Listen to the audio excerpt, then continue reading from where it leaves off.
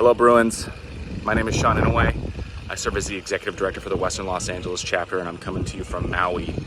I'm coming to you from the largest complex and shelter that we have here on the island, the War Memorial Gym, where we're sheltering hundreds of clients still who have made it here after the Lahaina fires and the rest of the wildfires across the island. I had a chance to visit Lahaina and some of the other burn areas this week to really understand the scope of the work that we have in front of us. And I don't really think I have the words to describe the staggering damage and the loss appropriately.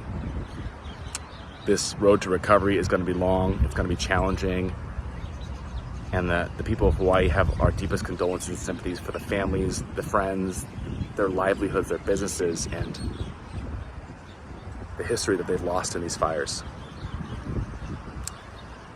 We have incredible partners here on the ground helping to support our mission. As you can see behind us, there are truckloads of in-kind goods that have poured in solidarity from locals here, islanders across the Hawaii Islands, the mainland, from folks like UCLA.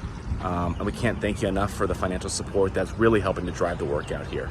The best way to help right now, as you can see behind us, all of these things take a ton of resources to collect, clean, process, store, and distribute.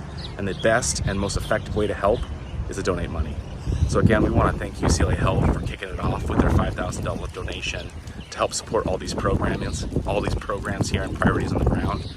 These needs are changing every day. They're unique, they're nuanced, and we want to listen to the Hawaiian community here, the folks on Maui who have been impacted by these fires, and make sure that we're mobile enough to meet those needs, make sure we're getting them to the areas that need it the most, and we're continuing to provide that care. We're currently working on moving folks through the state and FEMA program into hotels, what we call non-congregate sheltering, and providing wraparound services for all those folks. I know the UCLA Health team is on standby in case we need medical support here on the island, things like pulmonary and respiratory specialists and the medical equipment that goes along with that. We can't do this work without the incredible partners like our Bruins and our teams at UCLA Health. So thank you for your commitment to our mission together. Thank you for your compassion, and thank you for your generosity.